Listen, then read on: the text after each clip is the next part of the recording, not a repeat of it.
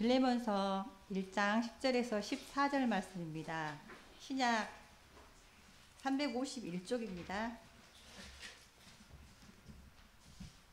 성경 봉독하겠습니다. 갇힌 중에서 낳은 아들 오네시모를 위하여 내게 간구하노라.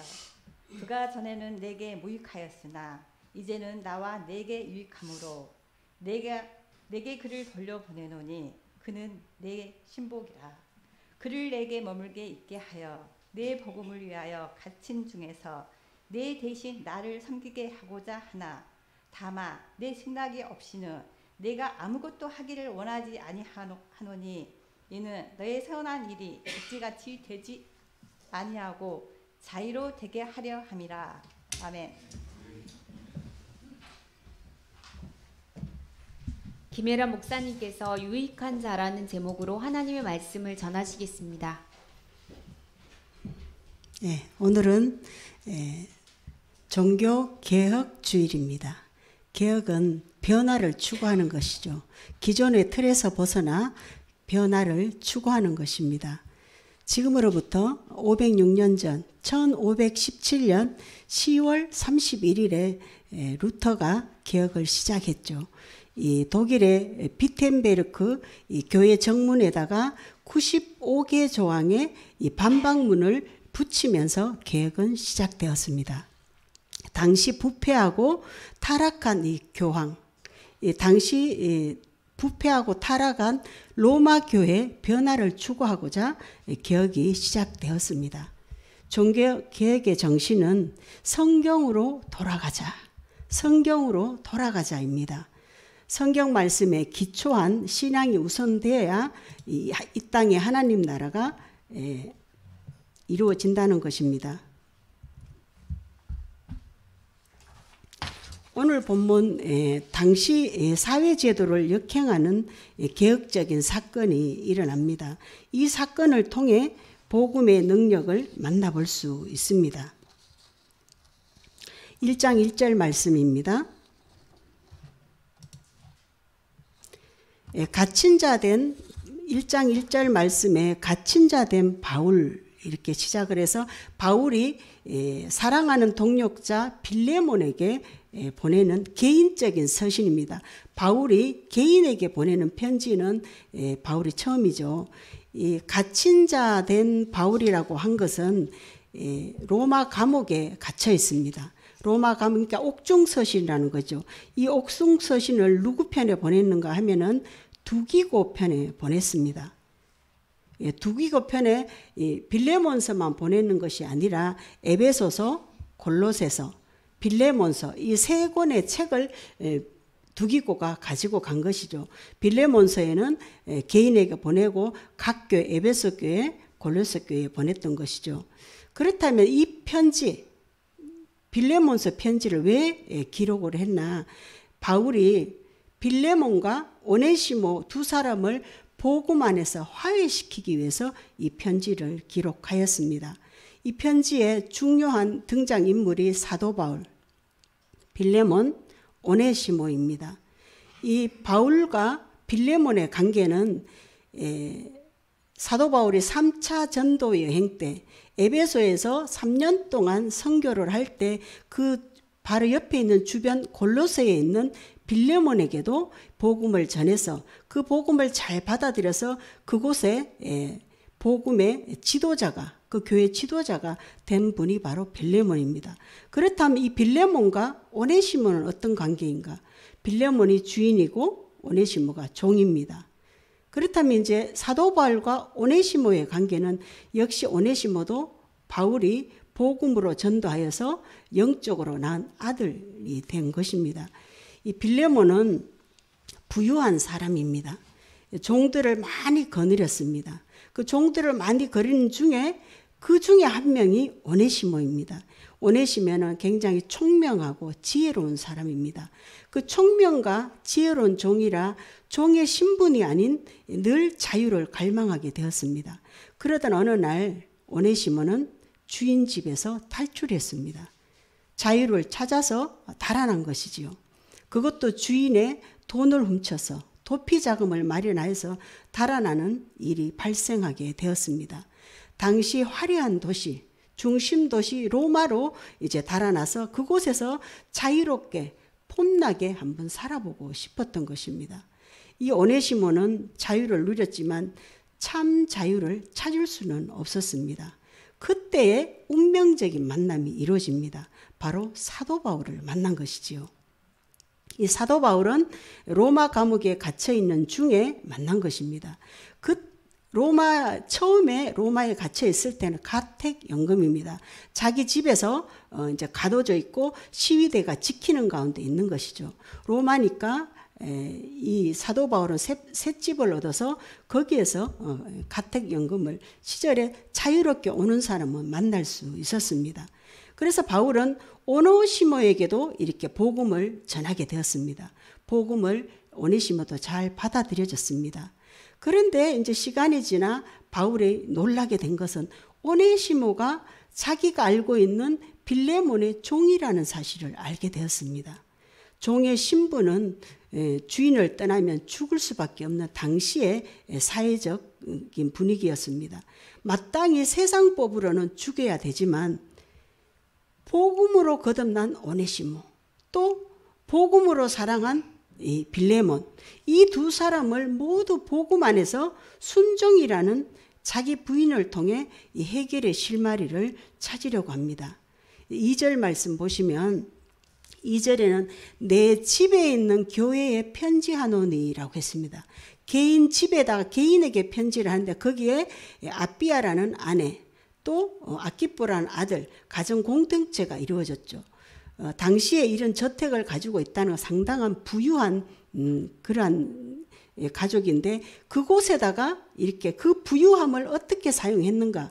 이 빌레몬은 교회, 자기 집을 교회로 내어줄 정도로 신앙이 깊었다는 것을 알 수 있습니다. 그는 부자이면서 또 성품 또한 훌륭한 사람이었습니다. 바울이 인정한 믿음의 사람이었습니다. 4절에서 7절 말씀 보면 이 빌레몬이 어떤 분인가에 대해서 잘 기록하고 있습니다.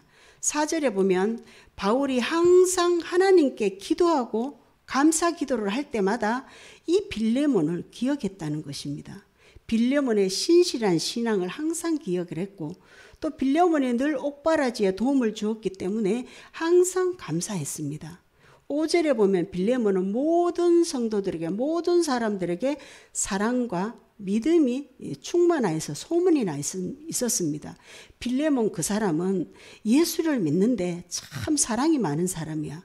참 사랑이 많은 사람. 이렇게 입으로 전해져서 소문을 통해 예수님의 사랑을 증명해낸 사람이 빌레몬입니다. 6절에 보면 또 이분은 믿음의 교제를 잘 했습니다. 믿음의 교제를 통해 선한 일을 하며 그리스도를 나타내는 자가 바로 빌레몬입니다. 이 본문의 교제는 헬라어로 코이노니아. 코이노니아는 나눔을 뜻합니다. 그것도 적극적인 나눔을 의미합니다.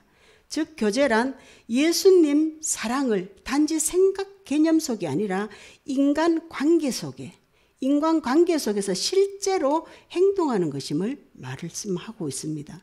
그러니까 빌레몬의 믿음의 교제는 부유함을 가지고 선한 일을 많이 했다는 것이죠. 이것이 예수 그리스도를 끊임없이 나타내는 자, 즉 자기 부인의 삶을 살아냈다는 것이지요. 이러한 믿음을 가진 빌레몬은 7절 말씀에 또한 성도들의 마음을 늘 평안하게 했던 사람입니다. 그래서 바울은 이 빌레몬의 사랑이 많은 이 빌레몬을 생각할 때마다 기쁨과 위로가 되었습니다. 이러한 빌레몬에게 이제 바울이 말씀을 시작합니다. 8절 말씀에 바울은 빌레몬에게 마땅한 일로 내가 부탁을 할 수 있으나, 즉 사도적 권위로 명령을 할 수 있으나 9절에 도리어 사랑으로 강구하겠다라고 말씀합니다. 성숙한 순종을 요구하는 것이지요. 바울은 내가 나이가 많다라고 기록한 것은 당시 나이가 60세, 61세로 추정됩니다. 왜냐하면 사도 바울은 67세에 순교를 했고 이곳에서 2년이 있다가 나와서 4년 후에 순교를 하기 때문입니다. 지금은 예수 그리스도를 위하여 갇혔다. 갇혀 있으니 오네시모를 부탁한다라고 말씀하고 있습니다.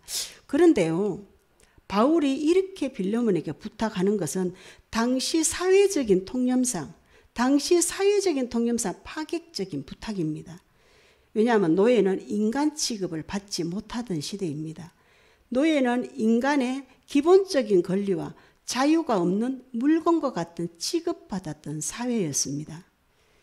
빌레몬 기록 당시 기원후 61년경에 네로 황자 치하의 로마시 행정관인 그 높은 직이죠. 이 행정관의 세쿤투스가 노예 사건이 발생했습니다. 그 세쿤투스가 큰 저택에 400명의 노예를 거느리고 있었습니다. 그 400여 명의 노예 중에 한 명이 개인의 원한을 품고 주인이 잠을 잘 때 살해하는 사건이 발생하였습니다. 이 사건 후에 문제는 더욱더 심각해졌습니다. 이 살인에 가담하지도 않았는데 그 나머지 400여 명의 노예를 모두 죽여버린다는 당국의 지시가 내렸습니다. 그런데 사회운동은 반대 시위를 형성되었습니다. 그렇지만 결국 네로 황제가 개입하여서 군대를 출동시켜서 400명의 가족을 모두 처형하는 사건이 일어났습니다. 이 외에도 계속 노예의 반란은 계속되었습니다. 노예를 해방시켜주지 않겠다는 것이죠. 이 살벌한 시기에 빌레몬에게 노예를 용서하라, 순종을 요구하는 것입니다. 당시 주인은 종을 죽일 권한도 또 종을 살릴 권한도 있었습니다. 생사 여탈권이 주인에게 있었던 것이죠. 그렇지만 바울은 빌레몬이 믿음 안에서 행동하기를 원하고 있습니다. 10절에서 12절까지 오네시모가 어떤 존재인가를 소개하고 있습니다. 10절 말씀에 갇힌 자 중에서 낳은 아들 오네시모를 위하여 내가 간구를 한다. 바울이 오네시모를 감옥에서 낳은 아들, 즉 영적 아들이라는 것이죠. 오네시모는 예수님의 사랑을 잘 깨닫고 변화가 되었던 것 같습니다. 바울이 아들로 삼을 정도로 신실한 자가 되었다는 것이죠. 바울은 복음으로 새 사람이 된 오네시모를 이렇게 소개합니다. 11절 말씀에 오네시모는 전에는 네게 빌레몬에게 무익하였으나 이제는 나와 너에게 유익한 자가 되었다. 빌레몬에게 앞으로 유익한 자가 될 것이다 라는 것입니다. 그리고 12절에 이제 오네시모를 너에게 돌려보내니까 그는 내 신복이다. 신복은 심장, 신체 일부와 같은 아들이다. 유익한 자다 라고 요청하는 것입니다. 그렇다면 오네시모가 어떻게 유익한 자가 되었을까요? 아마 복음 때문입니다. 복음은 예수 그리스도 십자가와 부활이 그 자신의 사건으로 받아들인 것이죠. 예수님께서 골고다 언덕에서 십자가 지시고 죽기까지 피를 흘리는 그 광경이 멀리 있는 남의 이야기가 아니라 나의 이야기로, 내 자신의 이야기로 받아들인 것이죠. 그래서 나는 예수 그리스도의 십자가 보혈로 나는 죄를 용서받았다. 나는 그 은혜로 구원에 이른다. 이것이 믿어지니까 오네시모는 그가 유익한 자로 변화가 될 수 있었습니다. 또한 바울은 그의 정체성을 말해 주었을 것입니다. 고린도 후서 5장 17절 말씀에 이제 너는 예수 안에 있으니까 새로운 피조물이다. 너는 이제 새로운 존재로 살아갈 것이다 라고 말해 주었을 것입니다. 또한 갈라디아 3장의 말씀도 해줬을 것입니다. 이제 너는 예수 안에 있으니까 하나님의 아들이고 또 예수님 안에 있으니까 종이나 자유나 차별받지 않는 하나님의 아들이다 라고 말해 주었을 것입니다. 이렇게 바울의 복음을 잘 받아들인 오네시모에게 행동의 변화가 일어납니다. 오네시모는 돈을 많이 벌어 자유롭게 살고 싶어 로마로 갔지만 이제는 예수님의 그 사랑을 알고 나니까 예수님의 은혜를 알고 나니까 자기가 노예로 살든지 자유인으로 살든지 감옥에 있든지 감옥에 밖에 있든지 상관없게 되는 이러한 신앙이 되었습니다. 이렇게 복음의 능력이 오네시모를 유익한 자로 변화시켰습니다. 이제 오네시모는 죽음을 각오합니다. 죽음을 각오하고 주인에게 가기로 결정합니다. 주인에게 가면 당신은 반드시 죽으니까 주인에게 죽을 각오를 하고 주인에게 가는 것이지요. 오네시모는 두기고와 함께 빌레몬서를 들고 떠나게 될 것입니다. 그래서 13절부터 바울이 빌레몬에게 두 가지 부탁을 하는데요. 첫 부탁은 오네시모를 용서하고 복음 전하는 자로 내게 돌려주었으면 좋겠다라는 부탁입니다. 13절 말씀에 그를 내게 머물러 있게 하여 내 복음을 위하여 갇힌 중에서 너 대신 나를 섬기게 하고자 하니 오네시모를 곁에 두고 복음 동역자로 삼고자 합니다. 그렇지만 14절에 억지로는 강요하지 않겠다고 말씀하고 있습니다. 14절에 다만 내 승낙 없이는 내가 아무것도 하지 않겠다. 왜냐? 너의 선한 일을 억지가 아니라 자의로 되게 하기 위해서 자원하는 마음으로 용서해 줄 것을 요청하고 있습니다. 15절 말씀에는 아마 오네시모가 잠시 너를 떠나게 된 것은 너로 하여금 그를 영원히 내 곁에 두게 함이 아니겠느냐. 하나님의 섭리가 아니겠느냐라고 말씀하고 있습니다. 도망간 종이 어떻게 바울이 있는 감옥에까지 이르렀느냐. 이렇게 감옥에까지 들어온 것은 하나님의 섭리요. 또한 복음으로 거듭난 것, 이제 죄값을 위해 너에게 보내는 이것이 하나님의 섭리가 아니겠느냐. 그를 영원히 복음 전하는 자로 세우려 함이 아니겠느냐라고 말씀을 하고 있습니다. 창세기에 보면 요셉도 이렇게 고백한, 하나님의 섭리를 고백한 적이 있습니다. 요셉이 자기의 꿈을 형제들에게 막 자랑을 했죠. 그 자랑을 하니까 형제들은 그를 더 미워했습니다. 더 미워해서 그 요셉을 미디안 상인에게 팔아버렸죠. 그래서 결국은 애굽에까지 건너가서 노예 신세가 되었지만 하나님께서 하나님의 은혜로 그를 총리의 자리까지 높여주셨습니다. 총리의 자리에서 기근을 준비하는 그러한 자로 쓰임받았습니다. 결국 온 세상에 기근이 들었고 그들의 형제도 양식을 구하기 위해서 애굽으로 건너왔을 때 서로 알아보았을 때 형제들은 벌벌 떨면서 그 동생에게 벌벌 떨었지만은 요셉은 이렇게 말합니다. 창세기 45장 8절 말씀에 나를 이리로 보낸 이는 당신들이 아니요 나를 이리로 보낸 것은 형님들이 아니고 하나님이시라. 하나님이시라. 하나님의 섭리라고 이렇게 고백한 적이 있습니다. 우리가 살아가는 인생사도 우리가 알 수 없이 그냥 매일매일 흘러가지만 하나님의 섭리하심이 있다는 것입니다. 단지 순종하고 불순종하고에 따라 삶은 조금씩 달라질 뿐입니다. 16절부터 이제 두 번째 부탁을 하기 시작합니다. 오네시모를 용서해 주라, 이 정도가 아닙니다. 16절에는 이후로는 종과 같이 대하지 아니하고 형제로 대해주라는 것입니다. 그것도 사랑받는 형제로 대해주라는 것입니다. 더 나아가 17절에는 내게 하듯 대사도에게 하듯 그를 영접해 주라고 17절에 말씀하고 있습니다. 바울은 예수 그리스도 안에서 종과 주인의 경계를 허무는 개혁을 이루고자 합니다. 당시 종과 주인은 차별이 있던 시대, 종과 주인을 차별을 하지 않는 사회 제도를 역행하는 개혁이지요. 예수님께서도 우리에게 너는 형제라 친구라 여기는 그 관계, 이 관계를 빌레몬에게 요구하고 있습니다. 그리스도의 사랑을 실천하라는 말씀이지요. 18절에는 오네시모가 빚진 것이 있으면 바울 자기가 계산해 주겠다고 합니다. 내 앞으로 달아놓아라고 말을 합니다. 오네시모가 도주 자금을 가지고 훔친 것은 내가 보상해 주겠다.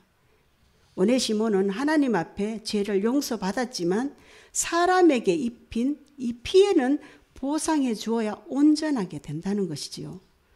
복음을 전하는 동역자가 정결해져야 같이 사역할 수 있다는 것입니다. 그리고 바울은 확신하기를 21절 말씀에 나는 너가 순종할 것을 확신함으로 이렇게 편지를 썼다는 것입니다. 내가 말한 것보다 더 행할 줄을 확신하게 됩니다.